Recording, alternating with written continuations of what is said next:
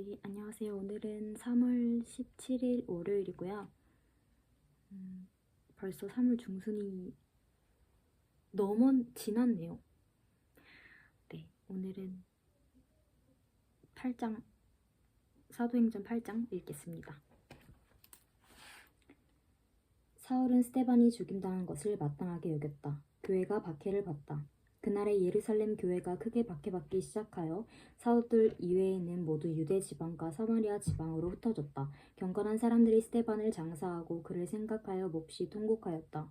그런데 사울은 교회를 없애버리려고 집집마다 찾아 들어가서 남자나 여자나 가리지 않고 끌어내서 감옥에 넘겼다. 사마리아의 복음을 전하다. 그러나 흩어진 사람들은 두루 돌아다니면서 말씀을 전하였다. 빌립은 사마리아 성에 내려가서 사람들에게 그리스도를 전파하였다.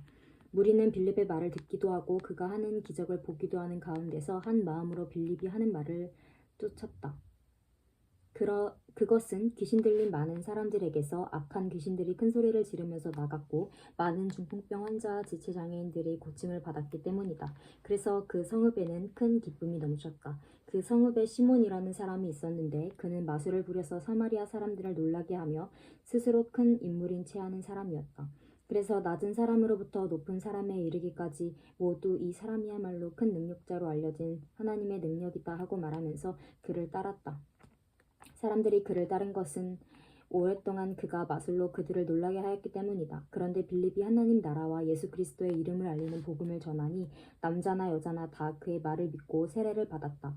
시몬도 믿게 되었고 세례를 받은 뒤에 항상 빌립을 따라다녔는데 그는 빌립이 기적과 큰 능력을 잇따라 행하는 것을 보면서 놀랐다. 사마리아 사람들이 하나님의 말씀을 받아들였다는 소식을 예루살렘에 있는 사도들이 듣고서 베드로와 요한을 그들에게로 보냈다. 두 사람은 내려가서 사마리아 사람들이 성령을 받을 수 있게 하려고 그들을 위하여 기도하였다. 그것은 사마리아 사람들이 주 예수의 이름으로 세례를 받았을 뿐 그들 가운데서는 아무에게도 아직 성령이 내리시지 않았기 때문이다. 그래서 베드로와 요한이 그들에게 손을 얹으니 그들이 성령을 받았다. 그때 시몬은 사도들이 손을 얹어 성령을 받게 하는 것을 보고 그들에게 돈을 내고서 말하기를 내가 손을 얹은 사람마다 성령을 받도록 내게도 그런 권능을 주십시오 하니 베드로가 그에게 말하였다. 그대가 하나님의 선물을 돈으로 사려고 생각하였으니 그대는 그 돈과 함께 망할 것이요 그대는 하나님 보시기에 마음이 바르지 못하니 우리의 일에 그대가 차지할 자리도 목도 없소. 그러므로 그대는 이 악한 생각을 회개하고 주께 기도하시오.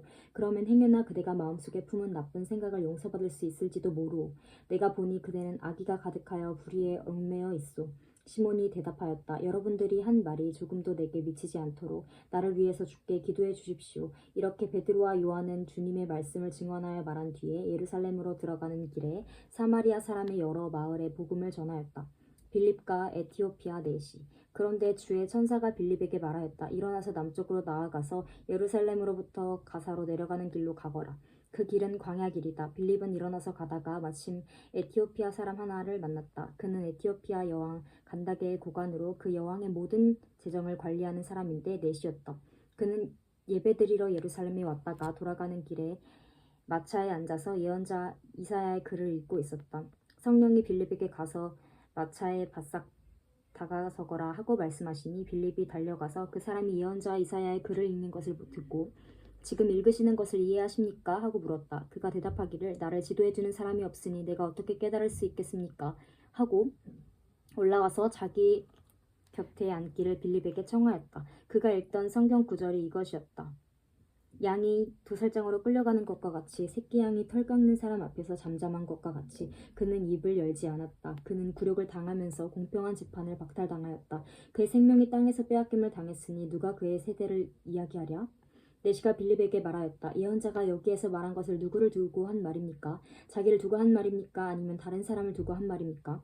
빌립은 입을 열어서 이 성경 말씀에서부터 시작해서 예수를 알리는 기쁜 소식을 전하였다. 그들이 길을 가다가 물이 있는 곳에 이르니 내시가 보십시오. 여기에 물이 있습니다. 내가 세례를 받는데 무슨 거리낌이 되는 것이라도 있습니까? 하고 말하였다. 빌립은 마차를 세우게 하고 내시와 함께 물로 내려가서 그에게 세례를 주었다. 그들이 물에서 올라오니 주의 영이 빌립을 데리고 갔다. 그래서 내시는 그를 더 이상 볼 수 없었지만 기쁨에 차서 가던 길을 갔다. 그 뒤에 빌립은 아소도에 나타났다. 그는 돌아다니면서 여러 성에 복음을 전하다가 마침내 가이사랴에 이르렀다. 9장 사울의 회개. 사울은 여전히 주의 제자들을 위협하면서 살기를 띠고 있었다. 그는 대제사장에게 가서 다마스쿠스에 있는 여러 회당으로 보내는 편지를 써달라고 하였다. 그는 그 도를 믿는 사람은 남자나 여자나 가리지 않고 닥치는 대로 묶어서 예루살렘으로 끌고 오려는 것이었다. 사울이 길을 가다가 다마스쿠스 가까이에 이르렀을 때 갑자기 하늘에서 환한 빛이 그를 둘러 비추었다. 그는 땅에 엎어졌다. 그리고 사울아 사울아 네가 왜 나를 핍박하느냐 하는 음성을 들었다. 그래서 그가 주님 누구십니까 하고 물으니 나는 네가 핍박하는 예수다. 일어나서 성 안으로 들어가 보라. 네가 해야 할 일을 일러줄 사람이 있을 것이다 하는 음성이 들려왔다. 그가 동행하는 사람들은 소리는 들었으나 아무도 보이지는 않았으므로 말을 못하고 멍하게 서 있었다. 사울은 땅에서 일어나서 눈을 떴으나 아무것도 볼 수가 없었다. 그래서 사람들이 그의 손을 끌고 다마스쿠스로 데리고 갔다. 그는 사흘 동안 앞을 보지 못하는 상태에서 먹지도 않고 마시지도 않았다. 그런데 다마스쿠스에는 아나니아라는 제자가 있었다. 주께서 환상 가운데서 아나니아야 하고 부르시니 아나니아가 주님 여기 있습니다 하고 대답하였다. 주께서 아나니아에게 말씀하셨다. 일어나서 곧은 길 거리로 가서 유다의 집에서 사울이라는 다소 사람을 찾아라. 그는 지금 기도하고 있다. 그는 환상 가운데에서 아나니아라는 사람이 들어와서 자기에게 손을 얹어 시력을 회복시켜주는 것을 보았다. 아나니아가 대답하였다. 주님, 저는 그가 예루살렘에서 주의 성도들에게 얼마나 해를 많이 끼쳤는지를 많은 사람에게서 들었습니다. 그리고 그는 주의 이름을 부르는 사람들을 잡아갈 권한을 대제사장들에게서 받아가지고 여기에 와 있습니다. 주께서 그에게 말씀하셨다. 가거라. 그는 내 이름을 이방 사람들과 왕들과 이스라엘 자손 앞에 가지고 갈 내가 택한 내 그릇이다. 그가 내 이름을 위하여 얼마나 많은 고난을 받아야 할지를 내가 그에게 보여주려고 한다. 그래서 아나니아가 떠나서 그 집에 들어가 사울에게 손을 얹고 사울 형제가 오는 도중에 형제에게 나타나신 주 예수께서 나를 보내셨습니다. 그것은 형제가 시력을 회복하고 성령으로 충만하게 하시려는 것입니다. 하고 말하니 곧 사울의 눈에서 비늘 같은 것이 떨어져 나가고 그는 시력을 회복하였다. 그리고 그는 일어나서 세례를 받고 음식을 먹고 힘을 얻었다. 사울이 다마스쿠스에서 전도하다. 사울은 며칠 동안 다마스쿠스에 있는 제자들과 함께 지냈다. 그런 다음에 그는 곧 여러 회당에서 예수가 하나님의 아들이심을 선포하였다. 그 말을 듣는 사람들은 다 놀라서 말하였다. 이 사람은 예루살렘에서 예수의 이름을 부르는 이들을 마구 죽이던 바로 그 사람이 아닌가? 그가 여기 온 것도 그들을 잡아서 대제사장들에게로 끌고 가려는 것이 아닌가? 그러나 사울은 더욱더 능력을 얻어서 예수가 그리스도이심을 증언하면서 다마스쿠스에 사는 유대 사람들을 당황하게 하였다. 사울이 빛이 나다. 여러 날이 지나서 유대 사람들이 사울을 죽이기로 모의하였는데 그들의 음모가 사울에게 알려졌다. 그들은 사울을 죽이려고 밤낮으로 모든 성문을 지키고 있었다. 그러나 그의 제자들이 밤에 사울을 바구니에 담아서 성 바깥으로 달아내렸다. 사울이 예루살렘에 올라가다. 사울이 예루살렘에 이르러서 거기에 있는 제자들과 어울리려고 하였으나 그들은 사울이 제자라는 사실을 믿을 수가 없어서 모두들 그를 두려워하였다. 그러나 바나바는 사울을 맞아들여 사도들에게로 데려가서 사울이 길에서 주님을 본 일과 주께서 그에게 말씀하신 일과 사울이 다마스쿠스에서 예수의 이름으로 담대히 말한 일을 그들에게 이야기해 주었다. 그래서 사울은 예루살렘에서 제자들과 함께 지냈는데 자유롭게 드나들면서 주의 이름으로 담대하게 말하고 헬라파 유대 사람들과 말을 하고 논쟁을 벌이기도 하였다. 그러나 유대 사람들은 사울을 죽일 음모를 꾸몄다. 신도들이 이 일을 알고 사울을 가이사랴로 데리고 내려가서 다소로 보냈다.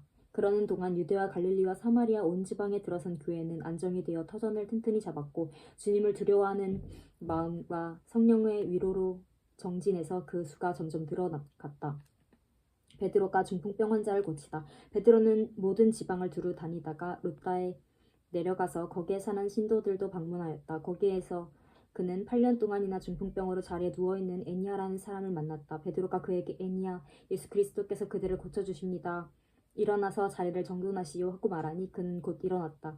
룻다 샤론에 사는 모든 사람이 그를 보고 죽기로 돌아왔다. 베드로가 도르가를 살리다. 그런데 요빠에 다비다 라는 여제자가 있었다. 그 이름은 그리스 말로 번역하면 도르가인데 이 여자는 착한 일과 구제 사업을 많이 하는 사람이었다. 이 무렵에 이 여자가 병이 들어서 죽었다. 그래서 사람들이 그의 시신을 씻어서 다락방에 두었다. 루따는 욥바에서 가까운 곳이다. 제자들이 베드로가 루따에 있다는 말을 듣고 두 사람을 그에게로 보내서 지체하지 말고 와달라고 간청하였다. 그래서 베드로는 일어나서 심부름꾼과 함께 갔다. 베드로가 그곳에 이르니 사람들이 그를 다락방으로 데리고 올라왔다. 과부들이 모두 베드로 곁에 서서 울며 도르가와 그들과 같이 지낼 때에 만들어둔 속옷과 겉옷을 다 내보여 주었다. 베드로는 모든 사람을 바깥으로 내보내고 나서 무릎을 꿇고 기도를 하였다. 그리고 시신 쪽으로 몸을 돌려서 다비다 일어나시오 하고 말하였다. 그 여자는 눈을 떠서 베드로를 보고 일어나서 앉았다. 베드로가 손을 내밀어서 그 여자를 일으켜 세웠다. 그리고 성도들과 과부들을 불러서 그 여자가 살아있음을 보여주었다. 그 일이 온 욥바에 알려지니 많은 사람이 주를 믿게 되었다. 그리고 베드로는 여러 날 동안 욥바에서 시몬이라는 무두장이의 집에서 묵었다. 아멘. 오늘은 사도행전 8장 9장을 읽었고요.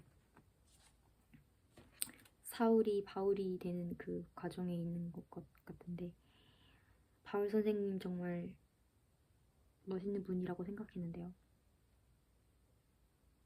아무튼 네, 오늘은 영성훈련 때 그 하나님이 주신 특혜에 대한 내용을 교수님께서 말씀 선포를 해주셨어요. 하나님을 믿는 믿음을 가진 것도 정말 하나님께서 주신 은혜이고 하나님의 자녀로 살아갈 수 있다는 것이 정말 큰 특권이니까 그 사실을 잊지 않고 정말 하나님 사랑하고 하나님께 나아가야겠다는 진짜 매일매일 나아가야겠다는 그런 고백이 나올 수 있는 그런 영성훈련이었던 것 같아요. 특혜를 받은 자입니다. 우리는 특혜는 조건이 있이 주어지는 것이 아니라 값없이 하나님께서 그냥 주신 은혜잖아요. 그 은혜를 누리면서 기쁨으로 그리고 하나님을 닮아가는 자녀로 살아가면서 그렇게 하나님 믿었으면 좋겠습니다. 안녕.